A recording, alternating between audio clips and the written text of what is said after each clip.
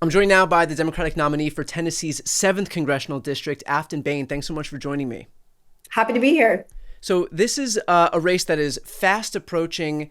We just found out from the New York Times that Donald Trump's super PAC, MAGA Inc. War Room, has begun spending money for your Republican opponent in Tennessee's 7th Congressional District in this race.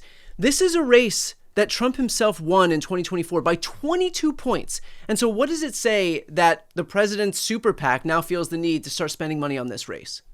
It means we're out organizing them. I mean, this is a 22-point race, as you said. We have narrowed the margin to 6 points. We are about 4 points down. It's a testament to the grassroots energy, the organizing muscle that we've built the past decade, and of course, having a exciting candidate at the top of the ticket. So in terms of running in a deep red district, how are you thinking about that in terms of turning out people who obviously otherwise wouldn't have normally voted for Democrats? How is that whole process going? And for people watching who kind of don't have faith that Democrats could win in a district that Trump won by 22 points, what do you say to them? So it's the key is organizing. I had the highest total voter turnout of any Democratic state representative in Tennessee in the 24 cycle. So I know how to mobilize the base, which is very important. It's a mobilization race, especially with the truncated timeline of a special election. Two is message. We have been running on the message of affordability, make living affordable again. And the fact that you have a candidate who believes deeply in addressing the cost of living. And as I've said on the campaign trail, we are building a coalition of the disenchanted, those that feel that politics aren't working for them. And if you're upset with the cost of living and the chaos in Washington, then I am the candidate.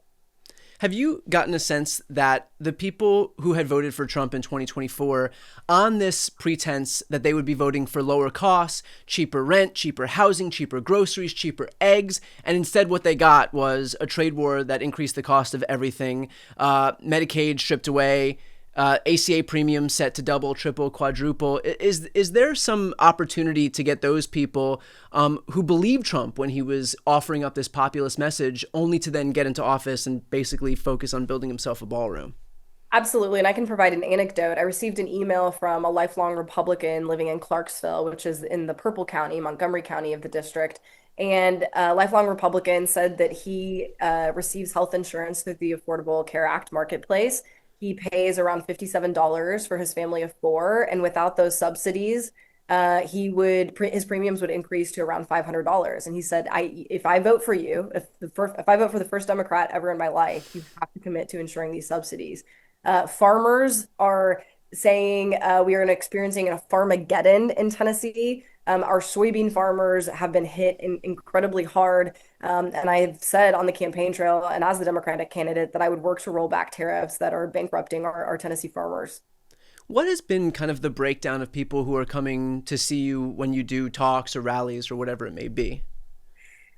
A lot of people, a lot of voters who've been disillusioned with our politics. Tennessee is a tough state. It is, it's not, I don't think it's a democracy at all. And our voices are silenced. And so to have a candidate and a campaign that is nationalized, where our voters are receiving postcards from across the country, it just feels like something really exciting is happening here. And folks just want to be part of it. I joined a large canvas. The DNC came down, Ken Martin, the new chair, to launch a canvas. And there were probably 200 people there. I asked, how many of you have ever knocked a door before? And about 50 of them raise their hand. And so that is the type of energy we're seeing, people that want to be part of their democracy. They want to participate. It's not a spectator sport. And I've just been so delighted to see the grassroots energy around this race. And I hopefully it'll lead us to a win on December 2nd.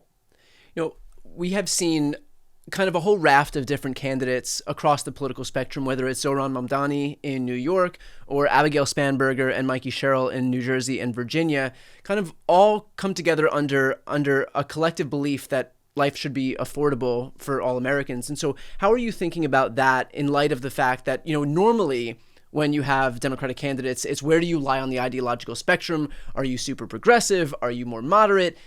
This doesn't seem to be the case anymore. It seems to be kind of a relentless focus on just making sure that Americans live with some basic standard of decency. Yeah, I mean, I don't know if I can attribute it to James Talarico, who said, it's not about left versus right, it's about top versus bottom. And that could not be more true in a state of Tennessee that has been bought and sold to the highest bidder. My opponent is a puppet to the puppet masters of the universe and special interests, and he's not going to answer for the district. And the issue of affordability, I've been fighting in the state legislature to eliminate our sales tax on groceries. We are one of not only 9 states that still taxes food, Yeah. and I've been organizing around that for the past 3 years and have built a bipartisan coalition who say, let's do this.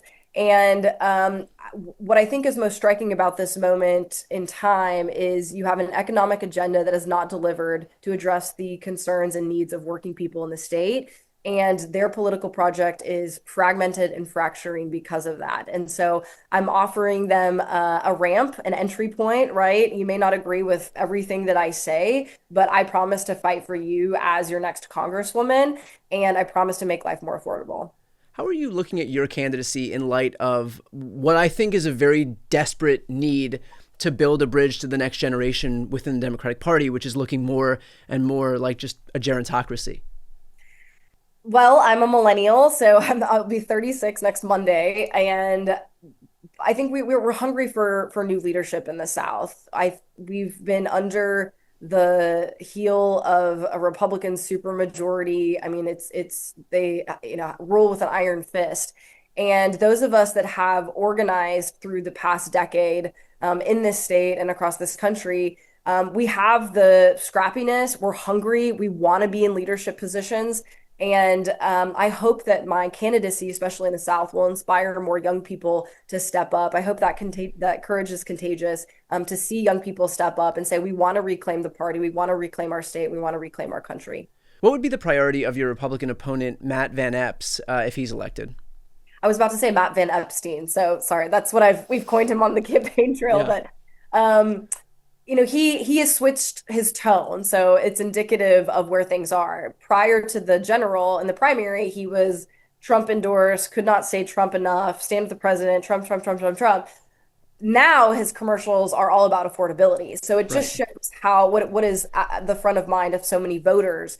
And what I haven't heard from him is how he plans to tackle the cost of living. And it's a lot of platitudes, it's a lot of lip service.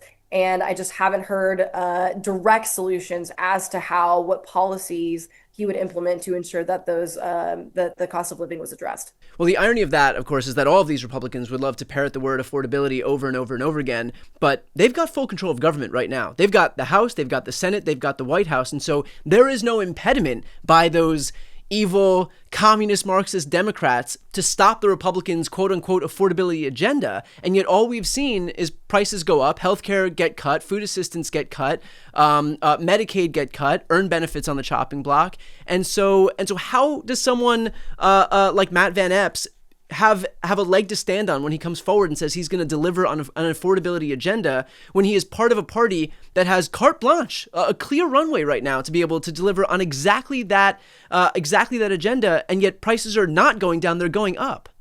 Yep, it's exactly right.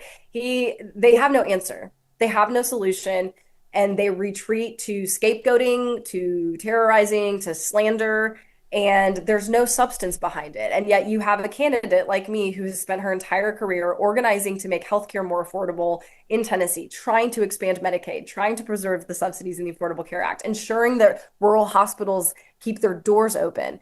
And in contrast, you have a candidate who is rubber stamped by the administration and the Billionaire Boys Club. And the contrast could not be more clear in this race. And I hope that Tennessee voters, as they head to the polls and are going to the polls, will realize that the choice is clear. I'm curious what the voters, aside from affordability, which I think is universally understood right now to be the principal issue, what are voters in Tennessee primarily focused on, in that race in particular? I feel like a broken record, but affordability. I mean, Yeah. the biggest issue right now that we're facing, the Tennessee Valley Authority, is how we get power in the South. It is a brainchild of the New Deal, and right now the Trump administration is trying to privatize it via installing sycophants. So I have been working with the local trade unions to push back on this, but it's important because our utility rates are the lowest in the country right now because of the Tennessee Valley Authority being a quasi-public entity. Yeah. If that goes away, our utility rates triple, and it forces more people into poverty and more people will have to turn their water and lights off, and that's not what they signed up for. So it just goes to show that this is, endemic across the country, but the privatization of public goods and the wealthy selling out workers to make a buck and then to scapegoat our communities and place blame so that we place blame on each other. And we're saying no more. And that's underscored by the fact that already in the first 10 months of Republican control of government, we've seen energy prices across the country soar 11%. And again, this is on the back of a party and a president who promised to bring the cost of everything down instead to just deliver higher prices for everything. But this is really indicative of what they do. They want everything privatized so that somebody in the middle can make a buck off of everybody else and charge as much as humanly possible. Afton, with that said, what do folks need to know in terms of the race, when voting starts, ends? What can you tell us? So voting has started. Early voting, we have early voting in Tennessee, and that will last until November 26th. The election is December 2nd. So the type of energy that was placed on the races in Virginia and New Jersey, I wholeheartedly accept and welcome that participation from across the country. This is the final, last congressional special election that is the last flippable seat in the entire country. It would slim the margin in the House. It would absolutely be probably the most profound political upset in recent history, and it would send a direct message to the federal administration that people are fed up and we've had enough. And by the way, it would give a ton of momentum to Democrats as they head toward 2026 and what we certainly hope is going to be a wave election. So again, for those who are watching right now, if you live in Tennessee, if you have friends, family, coworkers, whatever it may be who live in Tennessee, please make sure that they know about this race. I'm going to put the link to Afton's website right here on the screen and also in the post description of this video. Happy birthday, early birthday, and best of luck on this race. Big fan, so thank you so much for having me.